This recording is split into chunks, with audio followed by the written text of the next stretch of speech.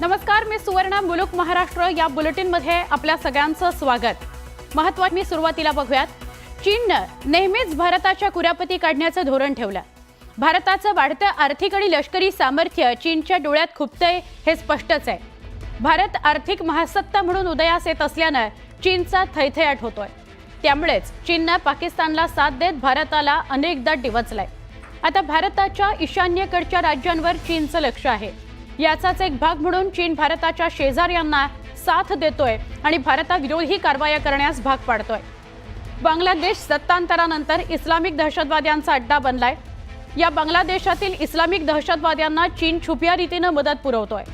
Nepal, Myanmar आणि श्रीलंकेलाही मदतीचा बहाणा करत चीन भारत विरोधी कारवायांकरता भडकवतोय. ईशान्येकडच्या राज्यांवर चीननं अनेकदा दावा केलाय. आता हा भूभाग आपल्या ताब्यात यावा याकरता शेजारील राष्ट्रांमधून दहशतवादी कारवायांना छुपी मदत चीन करतो आहे. भारताकडून मात्र चीनचं हे कुटील डाव सातत्यानं हाणून पाडले जात आहेत.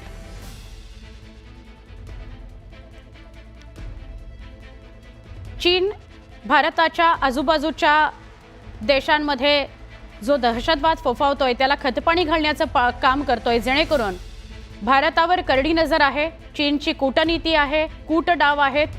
भारत आत्तापर्यंत ते हाणून पाडण्यात यशस्वी झालेला आहे. चीनच्या कुरापती सुरू आहेत, कारण चीनच्या डोळ्यात भारत खुपतो आहे.